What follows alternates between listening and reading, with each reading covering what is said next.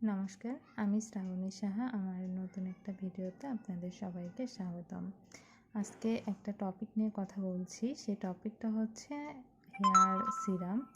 এই হেয়ার সিরামটা পুরাতন, আমি 2022 সালে কিনেছিলাম। এখনও এটার এক্সপায়ারি ডেট স্পষ্ট দেখা যাচ্ছে। এই রিসেন্টলি এক্সপায়ার ডেট শেষ হওয়ার কারণে আমি ফ্লিপকার্ট থেকে অনলাইনে একটা সিরাম অর্ডার দিই।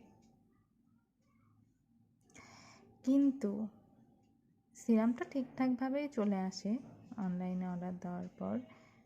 তারপর যা দেখি সেটা অ্যাকচুয়ালি ভাবার বাহিরেই ছিল।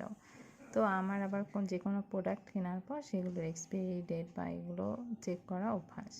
তো এক্সপায়ারি ডেট চেক করতে গিয়ে দেখি যে কোনো এক্সপায়ারি ডেটই দেওয়া নেই প্রোডাক্টে। প্লাস মানে যে বোতলের গায়ে লেখা ছিল সেটাকেও স্ক্র্যাচ করে তুলে ফেলছে। তাই সাবধানে কেনাকাটা করবেন। পরে আমি প্রোডাক্টটা রিটার্ন করে দিই এবং তারা আমার টাকা রিফান্ড করে।